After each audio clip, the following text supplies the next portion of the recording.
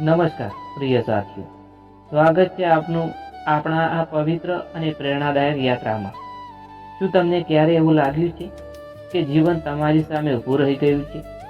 શું તમને એવું લાગે છે કે તમે બધાને માટે લડી રહ્યા છો પણ તમારા માટે કોઈ નથી? શું ક્યારે દિલ તૂટી ગયું છે અને મનમાં પ્રશ્ન આવ્યો છે, હવે આગળ શું? જો હા, તો આજનો આ સંદેશ તમારા માટે છે.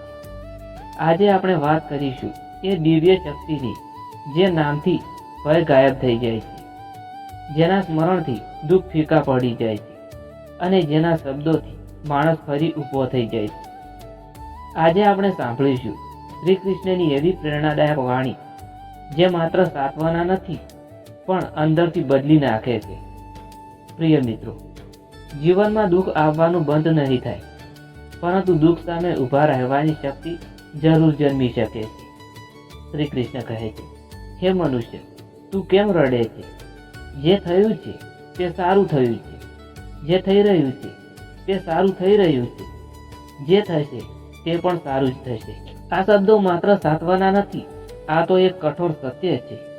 કારણ કે આપણે સંજોગો પર રડીએ છીએ પણ સંજોગો પાછળ છુપાયેલી કૃપા જોઈ શકતા નથી. જીવનમાં જ્યારે કોઈ વ્યક્તિ આપણને છોડીને જાય છે ત્યારે દિલ કહે છે હું તૂટી ગયો, પણ આત્મા કહે છે હું મજબૂત બની રહ્યો છું. શ્રી કૃષ્ણની વાણી આપણને શીખવે છે કે દુઃખ એ શત્રુ નથી, દુઃખ એ પરીક્ષા છે. જ્યારે જીવન સરળ હોય છે ત્યારે કોઈ પણ ખુશ રહી શકે છે, પરંતુ જ્યારે જીવન કઠિન બને અને તમે હસતા રહો ત્યારે તમે સાચા યોદ્ધા બની જાઓ છો. કુરુક્ષેત્રમાં અર્જુન પણ તૂટી ગયો હતો. તેના હાથમાંથી ગાંડીવ છૂટી ગયું હતું. આંખોમાં આંસુ હતા, હૃદયમાં ભય હતો, પણ ત્યાં શ્રી કૃષ્ણ ઊભા હતા, શાંત, નિર્ભય, અડગ. તેમણે અર્જુનને કહ્યું, તું આ શરીર નથી, તું આત્મા છે, આત્મા અવિનાશી છે. આ શબ્દો આજે પણ એટલા જ સત્ય છે. પ્રિય મિત્રો, તમે તમારા સંબંધો નથી, તમે તમારા પૈસા નથી, તમે તમારી નિષ્ફળતાઓ નથી, તમે એ શક્તિ છો જેને કોઈ તોડી શકતું નથી. જ્યારે લોકો તમને ઓછા સમજે છે ત્યારે યાદ રાખજો, સિંહને તેની ઓળખ માટે કોઈ પ્રમાણપત્રની જરૂર નથી. શ્રી કૃષ્ણ કહે છે, કર્મ કર, ફળની ચિંતા ન કર. આનો અર્થ શું? આનો અર્થ એ નથી કે ઈચ્છા ન રાખવી. આનો અર્થ એ છે કે તમારી શક્તિ પર ધ્યાન આપો, પરિણામ પર નહીં. કારણ કે પરિણામ હંમેશા આપણા હાથમાં નથી હોતું, પણ પ્રયત્ન હંમેશા આપણા હાથમાં છે. જ્યારે તમે સંપૂર્ણ શક્તિથી પ્રયત્ન કરો છો ત્યારે ભલે દુનિયા તમને હરાવી દે, પણ તમે અંદરથી જીત્યા હોવ છો. દુઃખનું સૌથી મોટું કારણ શું છે? અપેક્ષા. અપેક્ષા તૂટે એટલે દિલ તૂટે. પણ શ્રી કૃષ્ણ શીખવે છે, આસક્તિ છોડો. આસક્તિનો અર્થ સંબંધ તોડવો નથી. આસક્તિનો અર્થ છે સંબંધોમાં પ્રેમ રાખો પણ સ્વાભિમાન ગુમાવવું નહીં. કોઈ તમને છોડીને જાય તો પોતાને ન છોડો. કોઈ તમને નકારી કાઢે તો પોતાનો વિશ્વાસ ન તોડશો. કારણ કે જે વ્યક્તિ પોતાના પર વિશ્વાસ ગુમાવે છે તે બધું ગુમાવે છે. શ્રી કૃષ્ણની વાણી કઠોર છે પણ તે પ્રેમથી ભરેલી છે. તે કહે છે, ઉઠ, લડ, હાર માનવી નહીં. જીવનમાં મુશ્કેલીઓ આવે એટલે ભાગી જવું સરળ છે, પણ સામનો કરવો એ યોગ છે. યોગનો અર્થ માત્ર આસન નથી, યોગનો અર્થ છે મનને સ્થિર રાખવું. જ્યારે તોફાન આવે અને તમે શાંત રહો ત્યારે તમે શ્રી કૃષ્ણના નજીક હોવ છો.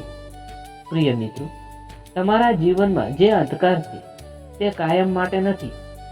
રાત કેટલી પણ લાંબી હોય, સૂર્ય ઉગે જ છે. તમે આજે રડી રહ્યા છો, કાલે તમે હસશો. તમે આજે એકલા છો, કાલે તમને સમજાશે કે તમે એકલા ન હતા. કારણ કે જ્યાં ભક્ત સચ્ચાઈથી પ્રાર્થના કરે છે ત્યાં શ્રી કૃષ્ણ હાજર હોય છે. પણ એક વાત યાદ રાખજો, શ્રી કૃષ્ણને માત્ર યાદ કરવાથી નથી મળતા, કૃષ્ણને અનુસરવાથી મળે છે. તેમની જેમ નિર્ભય બનો, તેમની જેમ ન્યાયી બનો, તેમની જેમ કરુણાવત બનો. દુઃખ તમને કઠોર બનાવે પણ નિષ્ઠુર નહીં. મજબૂત બનો પણ અહંકારી નહીં. પ્રેમ કરો પણ પોતાને ગુમાવશો નહીં. જીવનમાં બે રસ્તા હોય છે, એક ફરિયાદનો, બીજો સ્વીકારનો. ફરિયાદ તમને થાકવી નાખે છે, સ્વીકાર તમને શાંત બનાવે છે.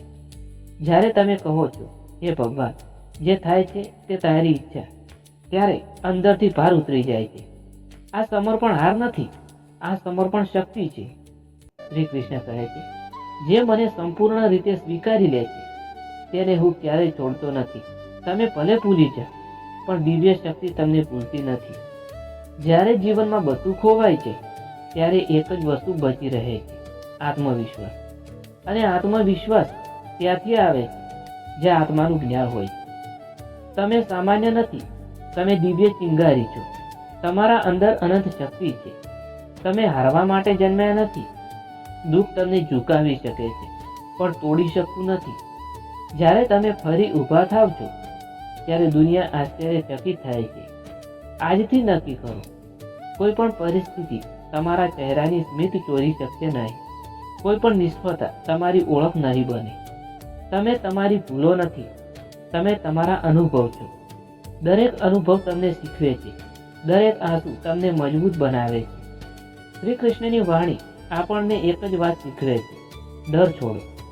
જ્યારે ડર તૂટે છે, ત્યારે આત્મા મુક્ત થાય છે. અને જ્યાં આત્મા મુક્ત થાય છે, ત્યાં જીવન ઉત્સવ બની જાય છે. પ્રિય મિત્રો, જીવનમાં ભલે કેટલાય તોફાન આવે, પણ અંદરનો દીવો બુઝાવશો નહીં. તે દીવો છે વિશ્વાસનો. વિશ્વાસ રાખો કે બધું સારું થશે. વિશ્વાસ રાખો કે તમે એકલા નથી. વિશ્વાસ રાખો કે આ દુઃખ કાયમ નથી. આજે જો પરિસ્થિતિ કઠિન છે, તો આવતીકાલે વધારે મજબૂત બનશે. તમારા જીવનનો અધ્યાય હજુ પૂરો થયો નથી. આ તો માત્ર એક પાનું છે. શ્રી કૃષ્ણની વાણી યાદ અપાવે છે, તારા અંદર હું વસું છું. તો હવે પ્રશ્ન એ નથી કે દુઃખ કેટલું મોટું છે. પ્રશ્ન એ છે કે તમારો વિશ્વાસ કેટલો મોટો છે. જો વિશ્વાસ મોટો હશે, તો દુઃખ નાનું પડી જશે. ચાલો આજે પ્રતિજ્ઞા લઈએ. અમે હાર માનશું નહીં. અમે ફરિયાદ નહીં કરીએ. અમે ડરથી જીવીશું નહીં. અમે શ્રી કૃષ્ણના શબ્દો સાથે જીવશું. અમે આત્મવિશ્વાસ સાથે ઊભા રહીશું.